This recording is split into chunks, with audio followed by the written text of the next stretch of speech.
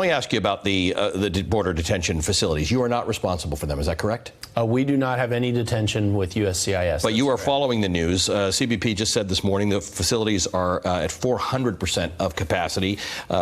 We know that an Inspector General report obtained by NBC noted that at one facility, 4 showers for 756 immigrants, a cell meant for 35 people was holding 155 male adults with 1 toilet and sink. We've seen the testimony of these kids. What does fair look like to you if this were your family? What would you like America to be doing as we face what you fairly are describing as a crisis? How should we treat people? Well, in the simplest terms, Congress should give us the appropriations so that we don't have overcrowding, that meet the needs as they arise. Now, I will say this.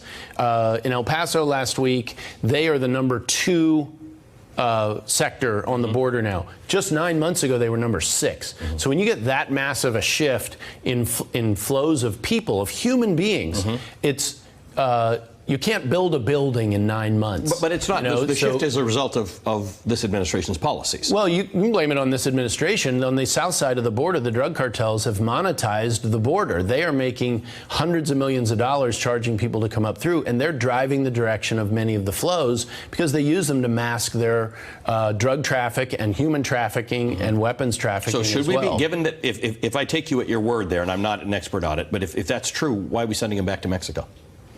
Well, they're in holding facilities in Mexico. The reason we're sending them back to Mexico is, for starters, so that they're part of the process that results in their actual hearing, as opposed to being paroled and then say, hey, please come back. These folks are in the streets in Mexico in many cases. They are in overwhelmed shelters. I mean, we seem to have a... And that's part of why Mexico is becoming a better partner. They have more of their troops on their southern border than we have on our southern border now. And that's a result of what's happening in Mexico and their willingness to come to the table because of the president's when you look at these tactics. pictures and you see these images, I assume you do. I don't know if you're a regular MSNBC viewer, but you get your news somewhere. I do. And does that feel right to you? Does that feel well, like you know, America I mean, let's take the most recent one. You know, you've got this father and daughter who died on this trip. And, you know, I have a grandson about the same age as that child. And that's what I see when I look at that child. And but you actually have said at one point, you said, let them go back and swim across. I didn't say that. You said that.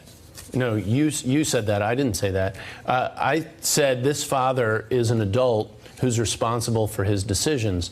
But the reason that he came anyway was because of the very incentives you and I have been talking about. He didn't come to present himself at a entry point. He was held in Mexico for a matter of days under MPP and decided, well, I don't want to wait, and brought his daughter through dangerous circumstances across the Rio Grande, or attempted to, and that tragically failed. And we're going to see more of those tragedies as long as these misplaced incentives are in place and our legal system is overwhelmed. I mean, legal asylum seekers are being flooded by fraudulent asylum seekers. I hear what you're saying, but it was October 23rd of 2018 when you said that. You said you don't have to keep them, no catch and release, no nothing. You just point them across the water and let them swim for it. That was published in an interview with Breitbart. So I guess my point is this, Director, there's a culture issue, right? I was just talking before you came on about this Customs and Border Patrol secret Facebook group that's been discovered, and CBP has now said this is unacceptable because you're not allowed to post racist, sexist, misogynistic things. I think you're a good person. I don't think you really meant when you said let him swim for it about the fact that somebody was going to die, a man was going to die. Of course with a little not. daughter. I fully believe that. But that's what happens. When you go back, when you point him back there and tell him to swim for it, they swam for it. And then he died, and his daughter died. What do we do about that? I think that MPP is the best step. And he was in the MPP process. He was in a process to get a court hearing, and he came anyway, again illegally, an additional time, and resulted in tragedy. And until we have control of our own border, and that means the people coming across are attempting to participate in our legal offerings, whether it's any form of visa or entry coming through legal ports of entry, we're going to keep seeing these problems. And there are reasons they're happening. There's no one silver bullet. I hope people can agree to that. And even if people disagree on what level immigration should be at, or how many of X visa, how many employment, how many family, and so forth, those are debates that we should have.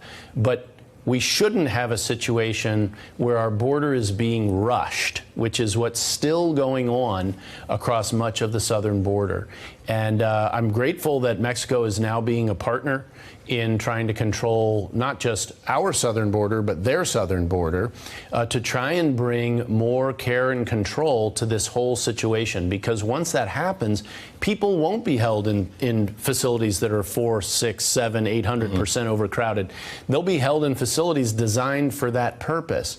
But we have to get back to that point, and it's going to take us a while and a slowdown in the flow before that's achieved. Where the Office of the Inspector General of DHS has just released new pictures of overcrowding at border facilities in Texas. A senior manager calling it, I think we might have these pictures, a ticking time bomb. That worries me. Again, not your department. But any overcrowding, look, this is a law enforcement issue. Yeah. I've got some law enforcement experience, and any overcrowding, the reason we give a design number, this facility is designed for 800 people. Because above that would be? Because above that, you start to have additional challenges. It takes, for instance, manpower to cover for what structure was intended to cover for. So it starts to eat up more manpower. You do have a more volatile situation. We're seeing, particularly from Cuban migrants, more agitation among the migrant population. And by that I mean confronting people, being physically aggressive in ways that the folks from the Northern Triangle generally are not behaving.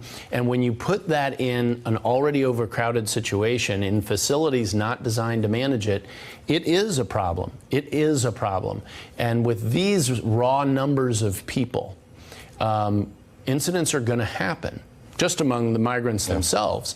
And we're doing the best we can as a government team to try to mitigate that. If you just look at the number of hospital trips we're taking, which takes 2 agents to get one person to and from a hospital for security of the agents, and because that hospital room visit essentially becomes their detention facility. And it's not a detention facility, it's a hospital. So it eats up manpower, even as we try to take care of them.